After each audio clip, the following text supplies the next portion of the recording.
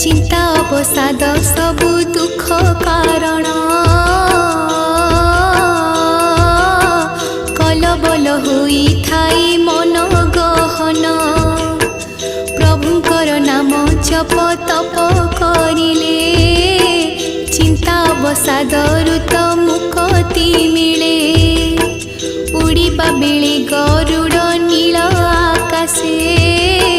अनेक प्रश्न एमिति मन को आसे काहाकु तो भाबिबनी जमा निजर पाप हेब तांक आड़े देले नजर।